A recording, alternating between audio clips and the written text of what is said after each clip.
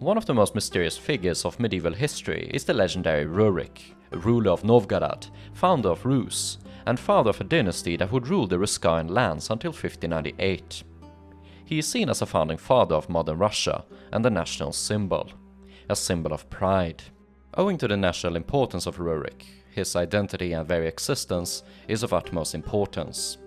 During a wave of patriotism in 2002, Russian state-sponsored newspapers proclaimed that Rurik the Varangian was a Russian.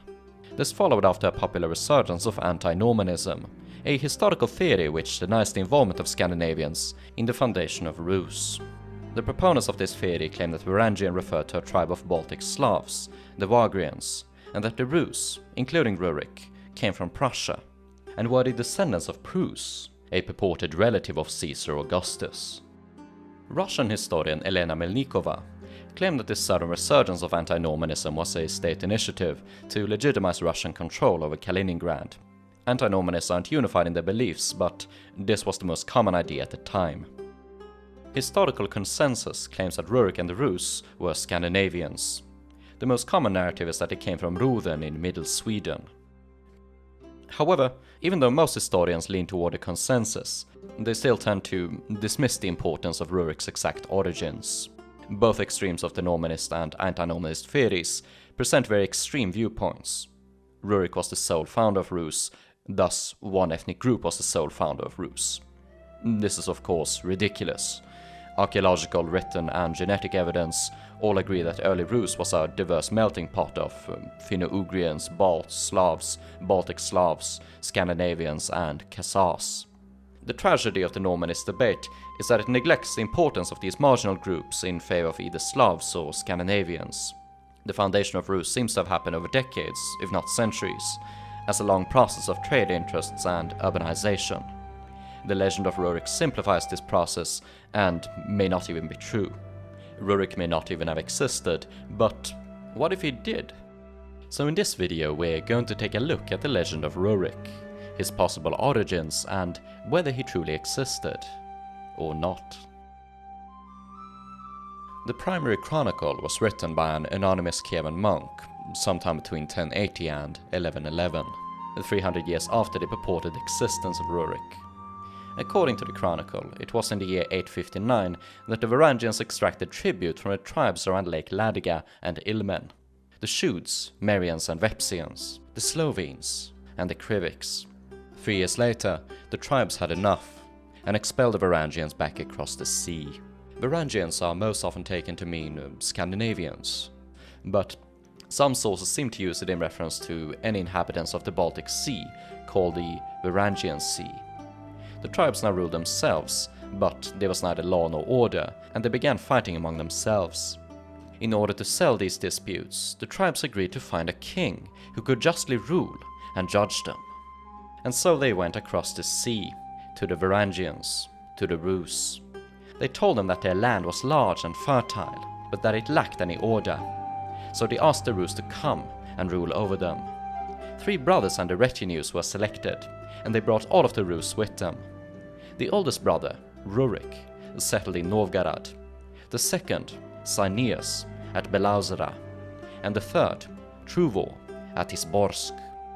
But 2 years later, Truvo and Cineas died, leaving Rurik as the sole ruler.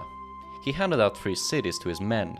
One received Polotsk, another Rostov, and the third Belaiew. The Varangians were influential in all of these cities. The Chronicle claims how they were initially settled by a respective tribe. The Slovenes at Novgorod, the Kriviks at Polotsk, the Merians at Rostov, the Vepsians at Belaiew, the Muroms at Moroma. The Shuds didn't apparently have a city, perhaps Ladoga. Rorik ruled until 879, when he passed away, leaving the throne to his son, Igor. That is all the Chronicle says about Rurik. Rurik does not appear in any source contemporary to his time. However, he does appear in other chronicles, largely repeating what the Primary Chronicle said. The Hypatian Codex from the 1420s claims that Rurik first settled in Ladoga, not Novgorod. Archaeology has proven that Ladoga existed as a settlement at least 100 years before Rurik's attested reign, and that Novgorod wasn't established until the mid-9th century, so around the beginning of Rurik's reign. Owing to the lack of evidence, most historians seem to believe that Rurik and his brothers were entirely invented by the Chronicle. The story is chock full of symbolism and literary devices. For one, many consider it bizarre that rival tribes would suddenly invite previously hostile foreigners to rule over them. It is not as weird as it might seem. On one hand, it seems reflective of the government contemporary to the Chronicle's writing. Each city had a veche, a popular assembly where the common citizens could voice their opinions. And though the system wasn't formalized or had any sort of constitutional role, the princes often ruled on the goodwill of the citizenry. So the first city of Rus, Novgorod, having its people elect a ruler themselves, is reflective of this informal and possibly ancient institution. How ancient is uncertain. It seems to have been a product of urbanization and the increasing power of craftsmen and especially merchants in the 10th century. Of course, the citizenry inviting the ruling dynasty is a common trope in foundational legends, ranging from Greece and all the way to Korea. It is also a relatively common phenomenon in history. Foreign dynasties have appeared throughout the Middle Ages and early modern age, often invited by the local nobility. Take for example the Glorious Revolution in England, or Bernadotte being made the King of Sweden. Neither might the foreigners have been hostile. The Chronicle says that the Varangians took tribute from the tribes, but not what group of Varangians. It could have been the Swedes, for example, known in multiple sources to have had tributaries in modern-day Latvia and Estonia. Ladoga and Ilmen isn't such a far stretch, and it is believable that overextension led to the tributaries rebelling, which frequently happened with the Baltic tributaries. When the tribes then wanted a ruler, they might have approached a different group of Varangians. If Varangians meant any inhabitants of the Baltic Sea, then it might very well have been the Baltic Slavs of Pomerania or Rügen. Medieval sources often conflate the Rus and Rugians, or consider them one and the same, perhaps for good reason. Archaeology also attests to an early trade connection between Pomerania and the lands of Ladoga. It wouldn't be hard to assume that the Slavic tribes, the Kriviks and Slovenes, would have preferred to be ruled by people who spoke a similar language. But still, the invitation of the brothers is strange, and certainly reeks of a ruling dynasty seeking legitimacy. We're not conquerors, guys. You invited us. Then there are the literary and religious symbols. Firstly, the number 3. The chronicler was an Orthodox monk, to whom the number 3 would have been especially sacred. You know, the Blessed Trinity and all of that. This number also appears throughout the Chronicle. It begins with the story of Noah's sons, Shem, Ham, and Japhet, founding the different peoples of the world. And Kiev is established by 3 brothers. Rus is founded by Rurik, Sanius, and Truvor, and finally, Rus is divided between the sons of Sviatoslav Igorevich, Yaropolk, Oleg, and Vladimir, the latter of whom would be the baptizer of Rus. These stories in and of themselves form a trinity, 3 stories concerning the foundation of Rus. In the first, the capital, Kiev, is built by a brother. Then, the Rus people and state are established by one of 3 brothers. And finally, Rus is baptized by one of 3 brothers. Kiev, Rorik, and Vladimir form the sacred, foundational trinity of Rus. Wow, dude, just like in the Bible. Neither is the 3 brothers narrative unique. It is frequent enough in medieval chronicles. And take for example the Guta saga from Gotland, where Gotland is divided between 3 brothers named Gute, Greiper, and Gunfjaun. The motif harkens back to the biblical legend of Noah's sons, as aforementioned. The calling of the Varangians also bears a strong resemblance to a Saxon chronicle, the Deeds of the Saxons written by Widukind of Corvey in the 10th century. This story explains how 2 Saxon brothers, Hengist and Horse, were invited by the besieged Britons to rule over them. A particular quote bears a striking resemblance to the Primary Chronicle. An extensive, boundless country, replete with various benefits, is ready to hand over to your authorities. This speech from the Breton ambassadors can be compared to the speech from the tribes to the Rus. Our land is big and fertile, but lacks order. Come and reign, and rule over us. The Primary Chronicle may have been written under direct Saxon influence. An Anglo-Saxon princess, Gytha of Wessex, was present in Rus during the time of the Chronicle's writing. She was the spouse of Kniaz Vladimir II and mother of Kniaz Mstislav.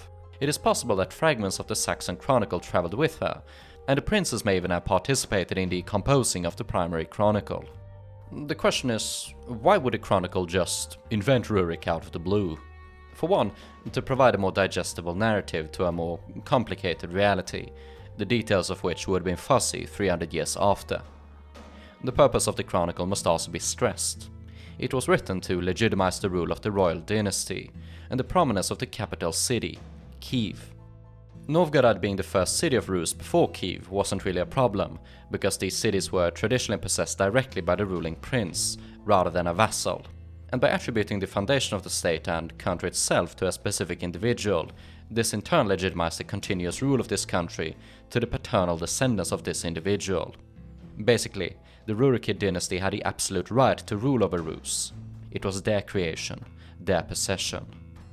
And the Prince of Kiev, the descendant of Rurik, also had the right to rule over Novgorod, a city which was becoming increasingly independent at the time of the chronicle's writing, and would eventually surpass Kiev in the 12th and especially 13th century. But every story has a grain of truth in it. To some extent, Rurik probably existed. His name can be used allegorically to refer to the forgotten founding father of the Rus ruling dynasty. This is especially how it's used when discussing the ethnic lineage of the family, in terms of DNA analysis. The ethnic affiliation of Rurik also takes the forefront during discussions of his origins, more specifically, using the origins of the name itself as evidence of his ethnicity. Some even attempt to connect Rurik to historical figures, all of which we'll be exploring in the rest of the video. One of the most common ways of explaining Rurik's origins has been through his name. If his name has a certain ethnic origin, then that must surely be evidence of Rurik's origins by proxy. If the name Rurik is Germanic, then Rurik was a Norseman. If it's Slavic, then Rurik was a Slav. It is commonly believed that the name Rurik is a Slavic rendering of the Norse Rorikur, from the Proto-Germanic Rothirix, in English, Roderick. This evidence isn't conclusive, because Roderick is not originally a Germanic name, but Gallic. It appears at its earliest among 4th century Gallo-Roman nobility, and appears to be a cognate of the Celtic words Rudo and Rik, meaning red ruler, possibly red-haired ruler. Rudo is of Indo-European origin and appears in almost every European language, historical and current, to have the same meaning, red. Some even believe that Rus meant red, and there might be a connection between the names Rurik and Rus, and perhaps the founder of Rus gave his people their name from himself. Anyway, the suffix rik appears in other Gallic names, Vercingetorix, Dumgarix, Asterix and Obelix. From Celtic, the word transferred to the Germanic languages, and appears in words like Reich, Rike, Rikur. The name spread in various forms to the Germanic peoples via Christianity, and does not appear to have been especially common among the Norse. Most mentions of figures with the name, such as the 7th century Roriku ringslinger, were only written about until after the Christianization of the Norse. In the 9th century there was a Viking named Rorik. This was possibly his baptismal name, and he'll be discussed in his own separate section. The name Rorik seems to have spread to Rus in a similar manner. A number of rulers in the 11th century carried the name at the time of the chronicle's writing, and perhaps the chronicle just used a name which had recently become popular among the upper class. So the name Rorik is, in and of itself, not indicative of the man's origins. The borrowing of names has always been part of cultural interaction. Just look at the amount of people today with English first names in non-English countries. What about the names of his purported brothers, Cineas and Truvor? Some would argue that they are derivatives of Norse names. Cineas could have been Svein or Signajotur, and Truvor could have been Thorvardur. Others say that both names are entirely Slavic. Cineas would mean Bluebeard, and Truvor could be related to Trubor, from Trubach, meaning hornblower. But no solid argument for the origin of the name Truvor has been made, and it does not appear elsewhere. The brothers may have been entirely invented by the chronicle to fit the biblical motif, of the 3 brothers, even if Rurik himself existed. For a while there were also some historians who believed Cineas and Truvor to come from a misinterpretation of the phrase Rurik, Cineas and Truvor, actually being Rurik, sin hus and Truvär, Rurik, his house and true companions, in Old Norse. But linguistic analysis has proven this interpretation to be grammatically incorrect and complete bogus. One of the less common figures associated with the Rurik legend is Gostomyslv, a legendary ruler of ancient Novgorod. According to this legend, Gostomyslv was elected leader of the Ilmenian Slavs and led a rebellion which expelled the Varangians in 859. Gostomyslv would pass away shortly thereafter, and the land was thrown into discord. The tribes then began the discussion of who they should invite to rule over them, and Rurik and his brothers became a natural choice. You see, the legend claims that Rurik was the grandchild of Gostomyslv, born on the island of Rügen to Prince Dion and Princess Umila of Finland. Gostomyslv appears to be an 18th century invention, and part of an ideological struggle between the Russian historians of that time period.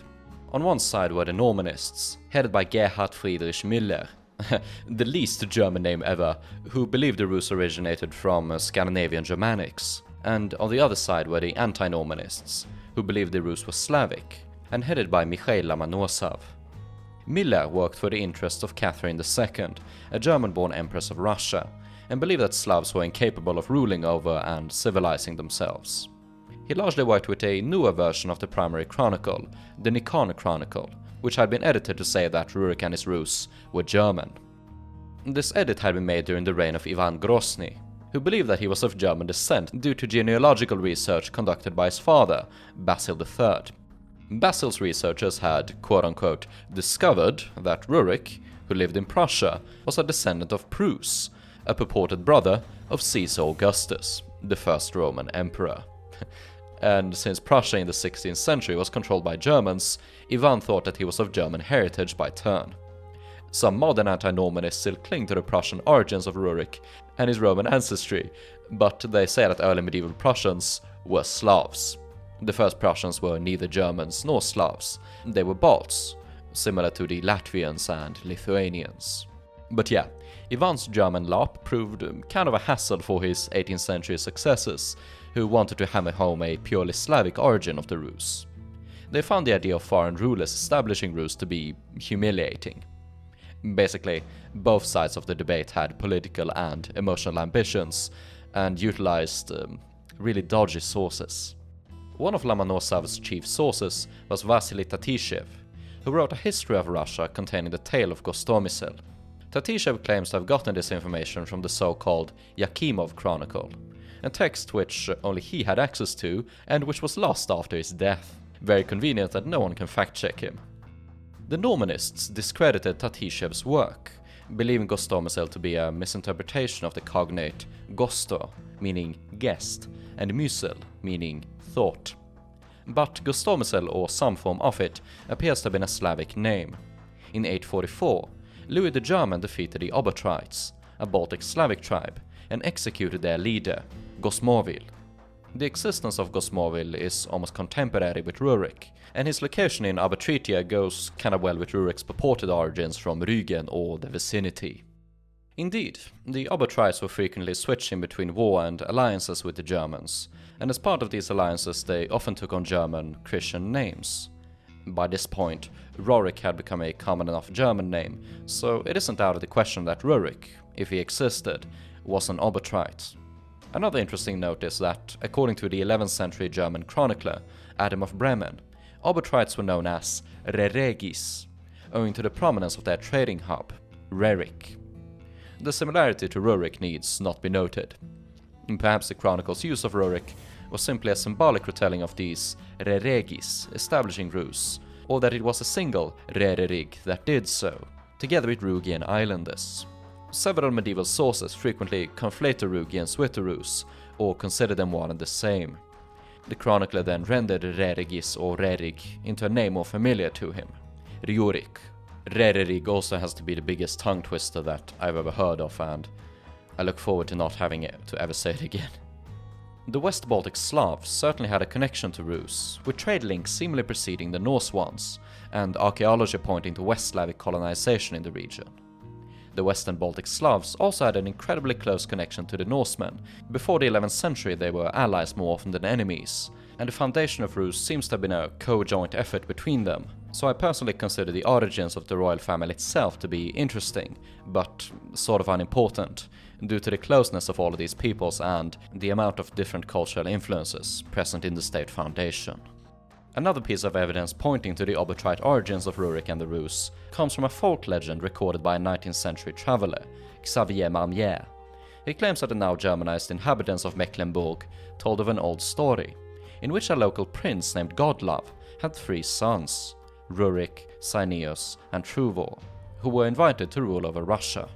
The appearance of this folk legend is interesting, but shouldn't really be analyzed as anything but trivia, since it was told so long after the events it describes, and we don't know the origins of the folktale. Someone might just have retold the chronicle, but it is an interesting coincidence. The one historical figure with any claim to Rorik's identity is the aforementioned Rorik of Dorestad. His story is retold in several contemporary chronicles, so his existence and exploits are known for certain, and he lived during times contemporary with the legendary Rurik. But who was this Rorik? Rorik seems to have been a member of the Danish royal family, though his lineage is disputed. Since the death of Harald Wartooth in the 8th century, Denmark had been embroiled in dynastic struggles between Harald's Skeldung dynasty and the Inglings. Rorik's possible father, Halfdan, was expelled from Denmark by Gudrod and found refuge at the court of Charlemagne. He was made Margrave of Frisia, a recently conquered and Christianized territory, with trade connections deep into the Baltic Sea, even the land which would become Rus. Gudrod himself would attempt piratical raids into Frisia, and even threatened Charlemagne himself for hosting his rival. After the death of Gudrod, the Skeldungs gained the upper hand and expelled the Inglings back to Scandinavia. Battles were fought as far away as Vestfold, in Norway, and the Skeldungs soon wrestled control over the throne. Halfdan had now passed away, and his son, Harald, had made himself king of Denmark. Rorik was his brother, but it's uncertain when he was born. The age 10s have been suggested. Harald appears to have been sympathetic towards Christianity, possibly because his father had found refuge under Charlemagne. In 823 he allowed missionaries under Bishop Ebo to preach in his land. Perhaps this met with resistance, because according to the Vita Sancti Anscari, he was driven out from his kingdom by the other kings of the same provinces. Taking his friends and family with him, Harald travelled to the court of Charlemagne's successor, Louis the Pious. In return for his hospitality, Harald was baptized at the Frankish capital of Ingelheim, in a ceremony so extravagant that it became celebrated in poems. It also appears as if Rorik was baptized, and some have suggested that Rorik was his baptismal name, considering how uncommon it was in the Norse world until it also became Christian in the 11th century. However, there are some arguments against it. For one, Rorik allegedly had an ancestor named Rorikur Ringslinger, but he wasn't documented until the 11th century. However, due to the amount of 11th century sources writing about him, it seems likely that he did exist in some regard. Furthermore, if Rorik was baptized, we do not know his birth name, nor did any other of the converted Norsemen change their names. Nor was he especially important at this point, and was most likely a young child or teenager in the 820s. Harald received dominion over all Frisia, even reaching the Danish border, and made attempts to reclaim his birthright. In response, the Danes launched piratical raids on his Frisian dominion, targeting especially the city of Dorestad. This city was one of the most important trading hubs of the Viking Age, and the frequent attacks against it have been interpreted as part of commercial conflicts and rivalry. Indeed, King Erik of Denmark tried to make peace with King Louis, demanding Frisia in turn, but Louis firmly refused. The request might appear banal. Louis's realm was many times the size of Denmark, but Louis was embroiled in a bit of a sibling rivalry with his brothers, Lothar and Louis the German. By 830, Dorestad was under the control of Rorik. Upon his death, Louis's realm was divided among his sons, Lothar taking control over Middle Francia and Frisia in turn. In the disputes between his brothers, he had a tendency of inciting Viking raids against them, inviting Norse mercenaries and tolerating their paganism. Harald remained loyal, but Rorik was a whole other issue. It seems as if he relapsed into heathendom, and by 843 he had been expelled from Frisia. In response, he mustered an army in Lower Saxony and descended upon his old fiefdom throughout the 840s, a decade of devastating Viking attacks, targeting places like Rochester, Hamburg, and even Paris.